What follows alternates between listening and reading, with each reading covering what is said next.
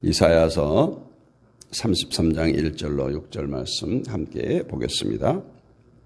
너 학대를 당하지 아니하고도 학대하며 속이고도 속임을 당하지 아니하는 자여 화 있을진저 내가 학대를 그치면 내가 학대를 당할 것이며 내가 속이기를 그치면 사람이 너를 속이리라. 여호와여 우리에게 은혜를 베푸소서. 우리가 주를 앙망하오니 주는 아침마다 우리의 팔이 되시며 환난 때에 우리의 구원이 되소서. 요란한 소리로 말미암아 민족들이 도망하며 주께서 일어나심으로 말미암아 나라들이 흩어졌나이다. 황충의 때같이 사람이 너희의 노량물을 모을 것이며 메뚜기가 뛰어오름같이 그들이 그 위로 뛰어오르리라. 여호와께서는 지극히 존귀하시니 그는 높은 곳에 거하심이요 정의와 공의를 시온에 충만하게 하심이라. 내 시대에 평안함이 있으며 구원과 지혜와 지식이 풍성할 것이니 여호와를 경외함이 내 보배니라. 아멘.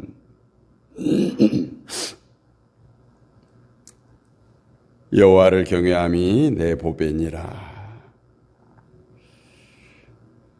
우리 그리스도인들이 바른 신앙생활, 또 세상 가운데서 예수 그리스도의 향기를 드높이며 신앙생활을 하기 위해서는 가장 필요한 것이 하나님의 관심과 나의 관심이 일치하는 것입니다.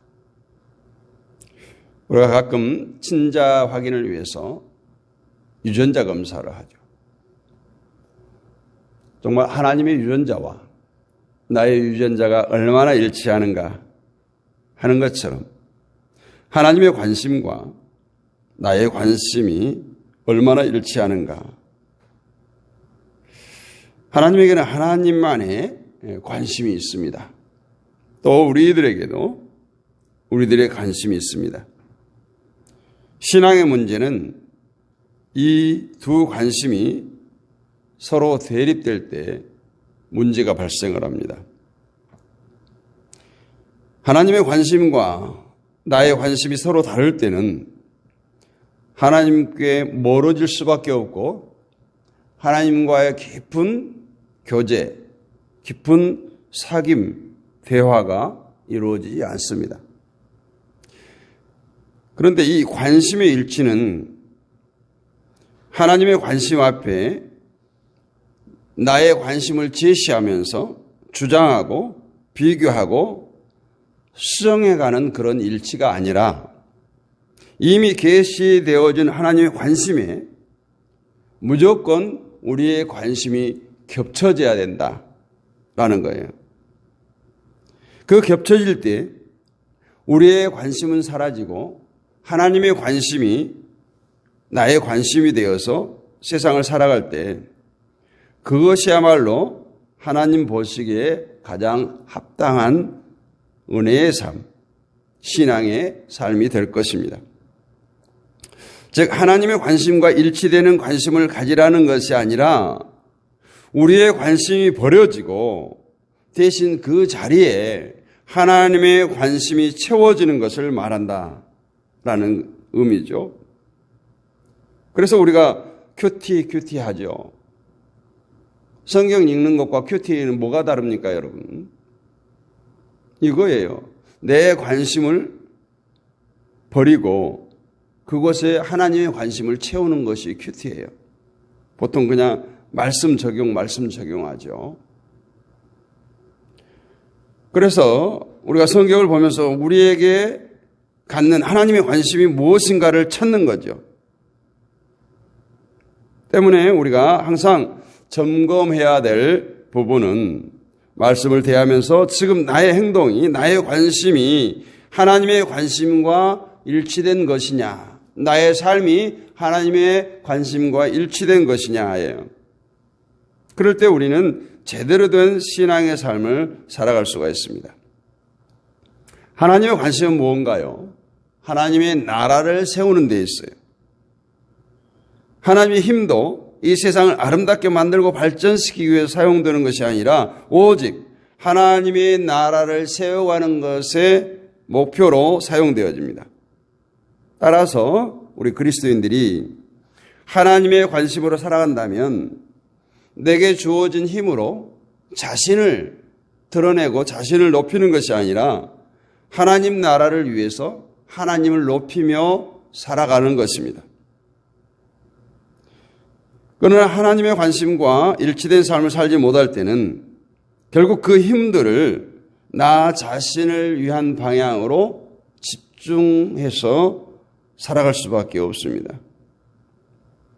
그래서 인간은 자신에게 축적되어진 지식, 경험, 힘을 반드시 발산하게 되어 있는데 힘이 있을 때 그것을 과시하고 싶고 그 힘으로 약한 자를 누르고 싶어하는 것이 인간의 본능이죠. 약한 자를 보면 우쭐거리고 싶고 누르고 싶어하는 겁니다. 그럴 때 세상에는 힘에 의해서 고통을 받게 되고 학대받는 자가 발생하는 것입니다. 어쩌면 지금 우리가 살아가는 세상이 지금 현대의 모습이 이런 겁니다. 이런 세상에는 인간이 원하는 것은 오직 힘이에요. 힘이 있어야 사람 구실을 할 수 있다고 생각합니다. 힘이 될 수 있는 것은 그 어떤 것도 소유하려고 하고 더 많이 모으려고 합니다. 힘이 없음으로 인해서 굴복당하고 눌림을 받고 학대받는 것은 고통일 수밖에 없고 반대로 내가 힘이 있어서 약한 자들을 학대하는 데서 쾌감이 느껴지기 때문에 그것을 늘 좋아하죠. 그래서 사람들에게 있어서 이런저런 소망을 다 모아보면 하나의 공통점을 찾는데 그 공통점이 뭐냐? 현재보다 더 나아지고 좋아지고 높아지려 한다라는 거예요. 그것이 소망이에요. 다시 말하면 힘 있는 자가 되는 겁니다. 이 힘은 곧 환경과 직결됩니다. 그 어떤 강한 힘이 있는 자라고 할지라도 그 힘은 환경에 의해서 주어지는 것이지 결코 사람 자체의 힘이 주어져 있지 않다. 가령 예를 들어서 나라의 최고 권력자인 대통령이라는 것도 대통령이라는 직책이 권력자로 만드는 것이지 그 직책에서 물러나면 그도 그냥 평범한 국민의 한 사람이에요. 부자가 힘이 있다고 하지만 돈이 없어지거나 사업이 망하거나 부도가 나면 그 사람도 역시 무시받고 어쩌면 보통 사람보다 더 부끄러운 존재로 살아갑니다. 결국 이러한 환경과 인간을 따로 떼놓고 생각하면 결국 모든 인간은 한낱 피조물에 지나지 않는다. 똑같다라는 거예요. 그런데 세상 사람들은 힘을 원하고 힘은 곧 환경과 직결되기 때문에 자신에게 주어진 그 환경에서 많은 불만을 갖습니다. 이런 환경에 대해서 원망을 합니다. 심지어는 하나님을 신뢰하고 살아간다고 하는 그리스도인들에게도 이 환경을 바라보고 원망하는 것을 많이 볼 수 있습니다. 세상이야 사람들 앞에서 높아지는 것이 목적이니까 그렇게 사는 것이 당연하다고 할 수 있지만 우리 그리스도인들은 세상에서 높아지는 것이 목적이 아니라 하나님 나라에서 높은 자가 되는 것이 목적이 되어야 됩니다. 이것이 바로 관심의 차이고 가치관의 차이죠. 그래서 우리는 늘 기독교적 가치관 또는 세계관, 성경적 가치관, 성경적 세계관을 외칩니다. 정말 그렇다면 우리가 하나님의 관심과 나의 관심이 정말 일치되는가? 때문에 우리가 기억할 것은 어떤 환경에서든 나 자신이 하나님을 의지하고 하나님 나라에 관심을 두고 사느냐이지 내 환경이 좀 더 나쁘냐, 좀 더 좋으냐 이것이 아니라는 거예요. 어떤 사람은 내가 환경이 좀 좋으면 더 신앙생활을 잘할 것이라고 이야기하기도 합니다. 그러나 이 신앙은 환경에 의해서 영향을 받지 않습니다. 아니, 영향을 받지 않아야 되죠. 예를 들어서 가난한 사람이 내가 좀 부욕해 되면 이 사업에 성공하면 내가 신앙생활을 더 잘할 거라고 얘기합니다. 근데 부욕해 되고 성공하니까 어떻게 돼요? 그것을 누려야 돼요. 써야 돼요. 그러니까 교회와 멀어지고 예배와 멀어지고 하나님과 멀어집니다. 세상을 즐기려고 합니다. 신앙이 환경에 의해서 변화된다면 그것은 뭔가 처음부터 잘못된 것이다. 하나님을 바라보지 않고 여전히 세상을 바라보고 있다라는 거예요. 하나님은 우리에게 너는 어떤 인간이냐를 물으실 뿐 이것을 잊지 말아야 돼요. 너는 어떤 인간이냐 이것만 물어요. 그래서 우리에게 중요한 것은 하나님의 관심이 우리의 관심이 되어서 세상을 살아가는 거예요. 그렇지 않으면 어떻게 됩니까? 교회 안에도 늘 문제가 발생하죠. 교회 안에도 세상에서 드러난 것들이 똑같이 강한 자가 약한 자를 힘들게 하고 괴롭게 하고 무시하고 그래서 교회 안에도 천대받고 학대받는 자가 발생한다는 거죠. 오늘 본문 1절로 돌아가 보면 너 학대를 당하지 아니하고도 학대하며 속이고도 속임을 당하지 아니하는 자여 화 있을진저 내가 학대하기를 그치면 내가 학대를 당할 것이며 내가 속이기를 그치면 사람이 너를 속이리라고 합니다. 누가 화 있는 자입니까?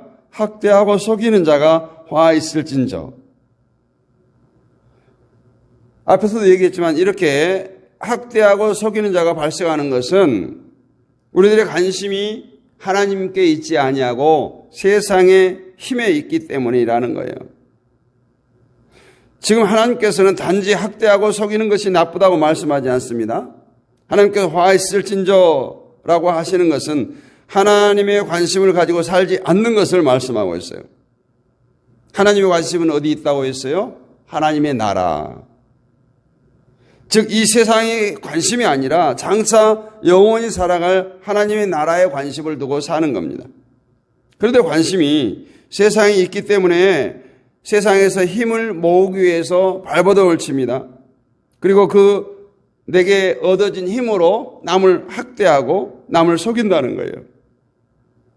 하나님께서 우리에게 이 세상 것을 주셨다면 어떤 환경을 이루어 주셨다면 그것으로 하나님의 나라를 이루며 살아가려고 주신 것이지 그것을 자기 힘으로 삼아서 약한 자를 학대하고 무시하라고 주는 것이 아니라는 거예요. 돈을 많이 가졌든 남보다 많이 배웠든 그 모든 하나님께서 주신 것이지 우리를 세상을 위해서 우리가 세상에 높임 받기 위해서 주신 것이 아니라는 거예요. 우리가 이것을 명심해야 됩니다.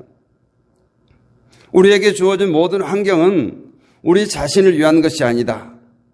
그렇기 때문에 환경을 보지 말고 하나님의 관심으로 살고 있는지 하나님의 나라를 위해 살고 있는지 이것을 점검하고 바라봐야 됩니다.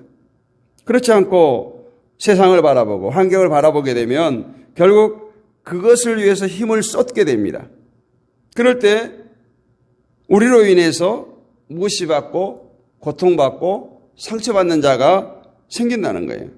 그것이 곧 화 있을진저 심판을 면치 못할 자들아 이렇게 말하고 있어요. 오늘 1절 말씀이 하나님의 일에 관심을 두지 않고 사는 인간의 모습이라면 2절 말씀은 하나님께 관심을 두고 사는 사람들의 모습이라고 할 수 있습니다.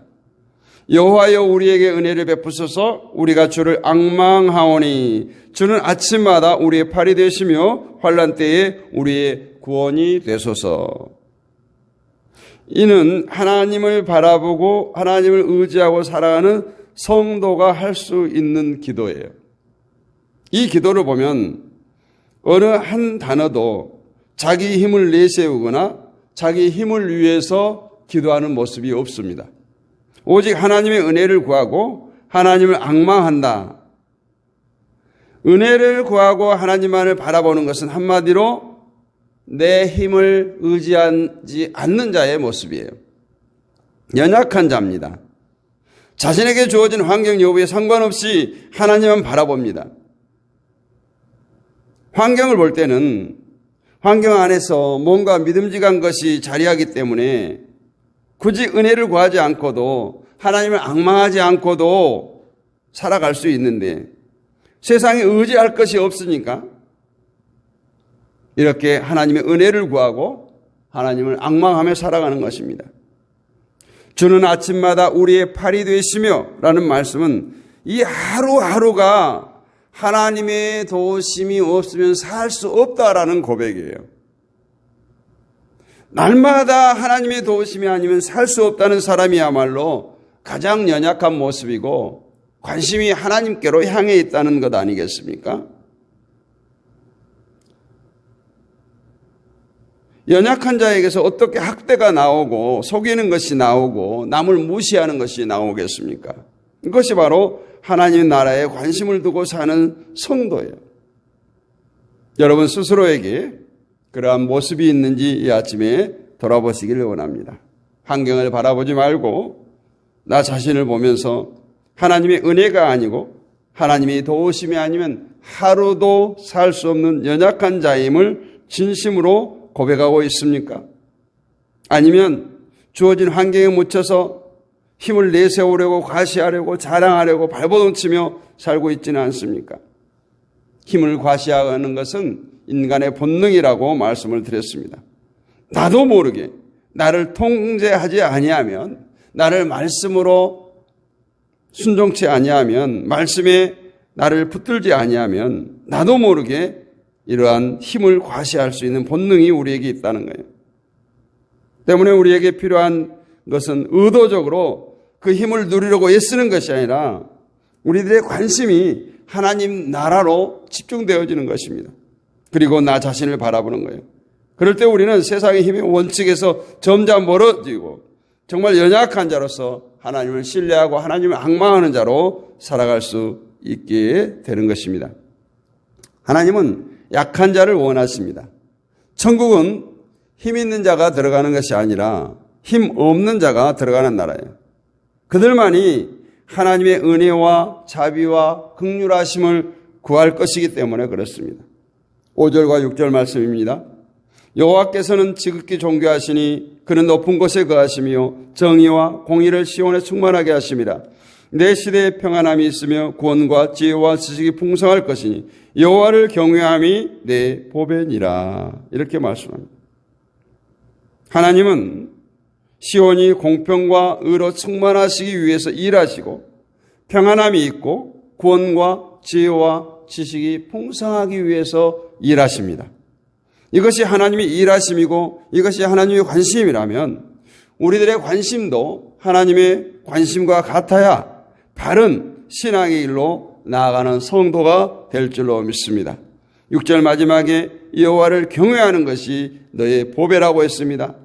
여호와를 경외하는 것은 하나님의 관심을 따라 사는 거예요.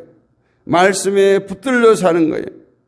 우리가 아무리 입으로는 하나님을 믿습니다, 하나님을 경외한다고 해도 하나님의 관심과 하나님께서 하시고자 하는 일과 전혀 상관없이 살아간다면 그것은 결코 하나님을 경외하는 것이 아닙니다. 우리에게 보배는 하나님을 경외하는 것이라고 오늘 말씀합니다. 하나님의 관심을 가지고 사는 것이 우리에게 가장 귀한 보배임을 잊지 마시기를 원합니다.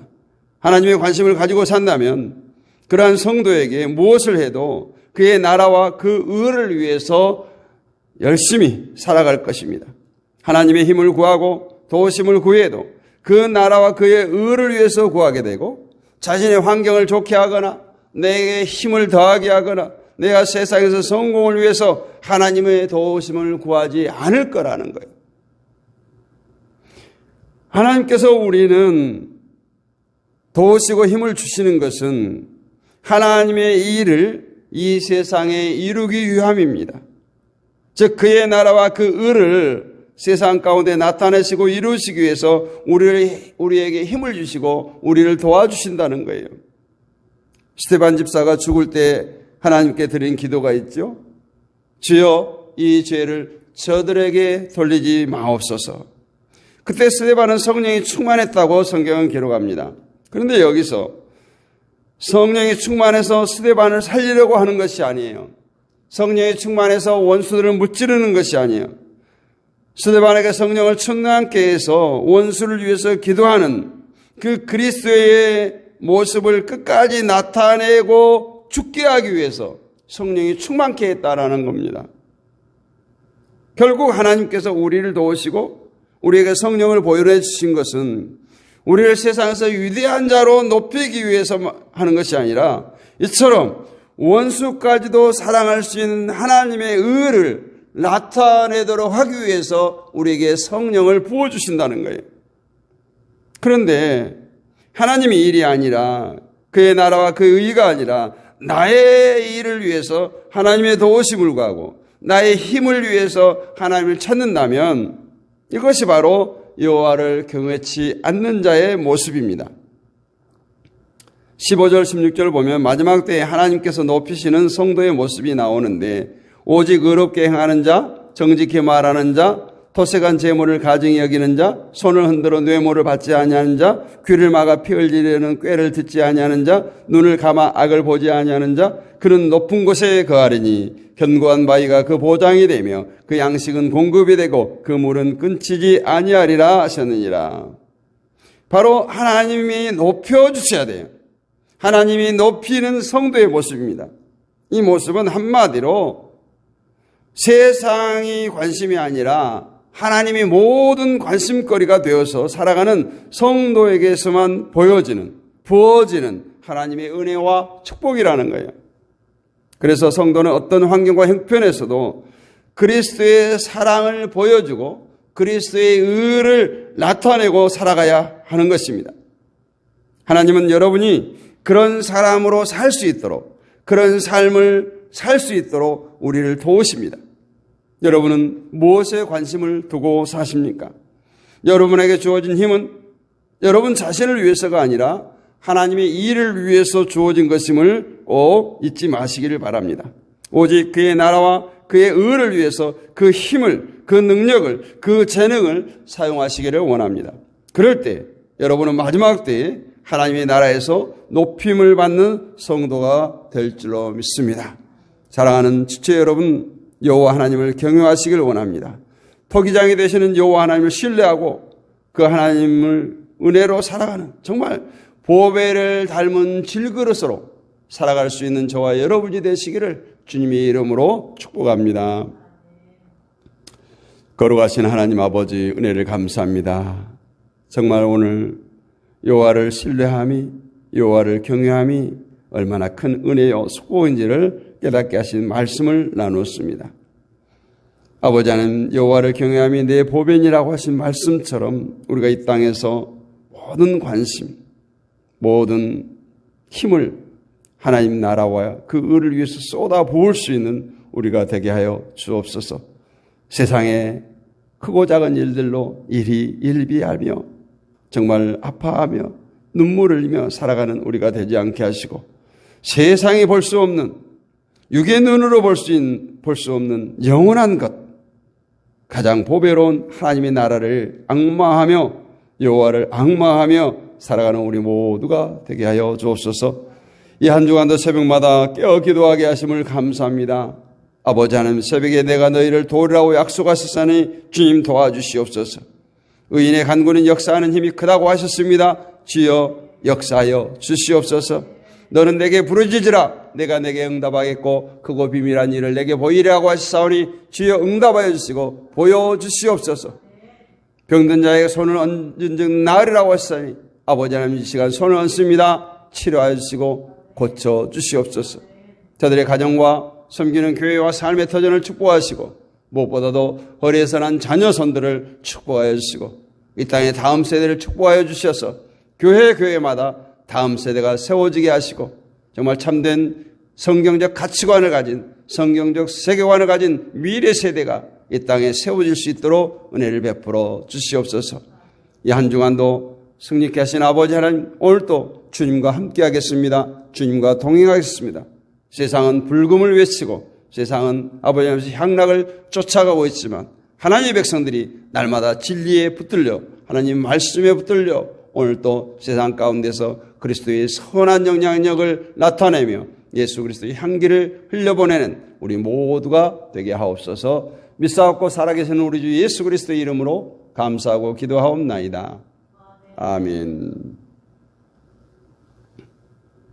이제는 우리 주 예수 그리스도의 은혜와 하나님 아버지의 크고 무한하신 사랑과 성령님의 감동 감화 내주 교통 충만하심의 은혜가 여호와를 앙망함으로 보배로운 삶을 살기를 간절히 소원하고 다짐하는 사랑하는 주의 백성들 머리 위에 이 나라와 이 민족 위에 섬기는 모든 교회들 위에 지금부터 주님 오실 그날까지 영원 뭉토록 함께 있을지어다. 아멘. 할렐루야. 오늘도 승리하셨습니다. 한 주간도 열심히 새벽을 깨우는 모든 분들에게 하나님의 은혜와 축복이 함께 하시기를 원합니다. 또 오늘 또 우리가 합심하여 기도할 텐데 나라와 민족을 위해서 기도합니다. 한국교회를 위해서 기도합니다. 북한 땅을 위해서 기도합니다. 세계 평화를 위해서 기도하고 또한 선교사님들을 위해서 기도하겠습니다. 우리 믿음의 동역자들을 위해서 기도합니다. 온라인 사역자들, 연약한 지체들을 위해서 기도합니다. 다음 세대를 위해서, 우리 자녀들을 위해서, 친구, 친척, 이웃을 위해서 기도합니다. 섬기는 교회와 우리 가정과 우리 삶의 터전을 위해서 기도하겠습니다. 우리 금요일 날은 가정과 교회를 위해서 집중적으로 기도합니다. 우리 주여 크게 한번 부르짖고 함께 기도하겠습니다.